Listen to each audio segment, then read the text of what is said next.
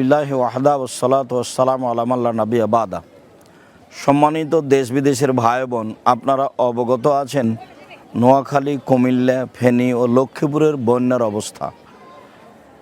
আলহামদুলিল্লাহ, আমরা প্রথম দিন থেকেই জামিয়া সালাফের পক্ষ থেকে আর দাওয়ালার ছেলেদের মাধ্যমে ঢাকা দহর থেকে স্পিড বোট ভাড়া নিয়ে গিয়ে তাদের উদ্ধারের কাজ চালিয়ে যাচ্ছে। যারা যেখানে বাড়ি থেকে বের হতে পারছে না তাদেরকে নিয়ে আসা হচ্ছে। নিয়মিত এই কাজ চালু আছে। সাথে সাথে আমরা ইতিমধ্যে প্রায় 12 ট্রাক শুকনো খাদ্যদ্রব্য এবং প্রয়োজনীয় জিনিসপত্র যেমন পানি, ঔষধ, মোমবাতি, ম্যাচ, দেশলাই এগুলো বিতরণ করে আসছি।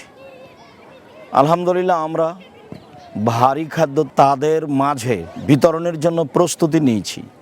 তাতে থাকবে চাউল, ডাল, তেল, আরও প্রয়োজনীয় জিনিস।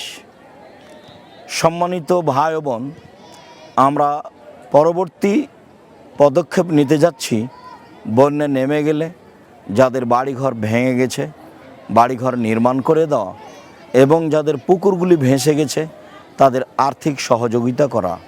ইনশাল্লাহ আমরা এই কাজগুলি করব আশা করছি।